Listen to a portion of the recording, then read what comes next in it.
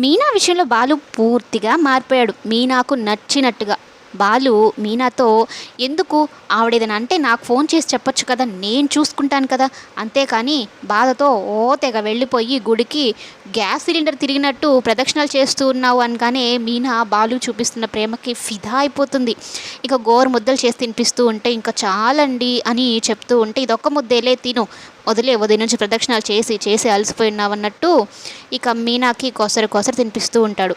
ఇక మీనా మరలా బయటికి వెళ్ళిపోతూ ఉంటుంది. మరలా ఎక్కడికి అంటే వర్షం పడేలా ఉంది, బట్టలు తీస్తాను అంటే ముగ్గురున్నారు ఇంట్లో తిని కూర్చో ఉన్నారు. వాళ్ళు తీసుకుంటారులే, నువ్వేం ఎక్కడికి వెళ్ళకు కూర్చో అన్నట్టు చెప్తాడు.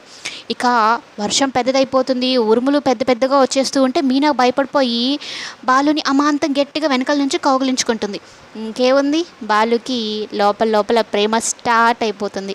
ఇంకా మీనాని దగ్గరకు తీసుకొని అంటే మీనా వైపుకు తిరిగి మీనా ఫేస్ని తన చేతుల్లోకి తీసుకొని బాలు మీనా వైపే చూస్తూ మీనాకి ఒక భర్తలాగా పూర్తిగా దగ్గరైపోతారు. ఒకరికొకరు భార్యాభర్తలుగా దగ్గరైపోతారు.